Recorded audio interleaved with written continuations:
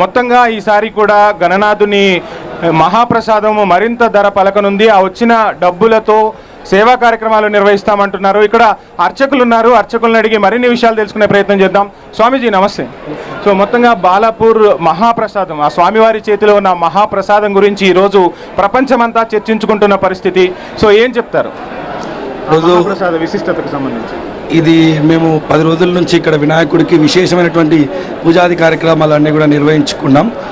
మరి ఈ రోజుతో అనంత చతుర్దశి పర్వదినాన్ని పురస్కరించుకొని ఈరోజు మరికొద్ది సేపట్లో ఆ విఘ్నేశ్వర స్వామి వారు నిమజ్జనానికి బయలుదేరుతున్నారు.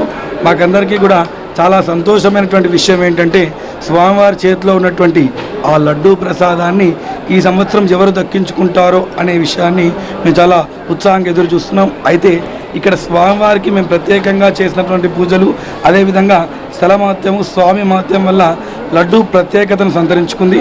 ఈ సంవత్సరం కూడా ప్రతి సంవత్సరం లాగానే ఈ సంవత్సరం కూడా లడ్డు వేలంపాట జరిగి అది చాలా విశేషంగా కూడా ప్రతి సంవత్సరం కంటే కూడా ఈ సంవత్సరం ఇంకా రెట్టింపుగా వెళ్ళి ఆ యొక్క లడ్డూకు దక్కించుకున్న వారందరికీ కూడా సుఖ సంతోషాలు సౌభాగ్యాలు కూడా కలగాలని మనస్ఫూర్తిగా కోరుకుంటున్నాం.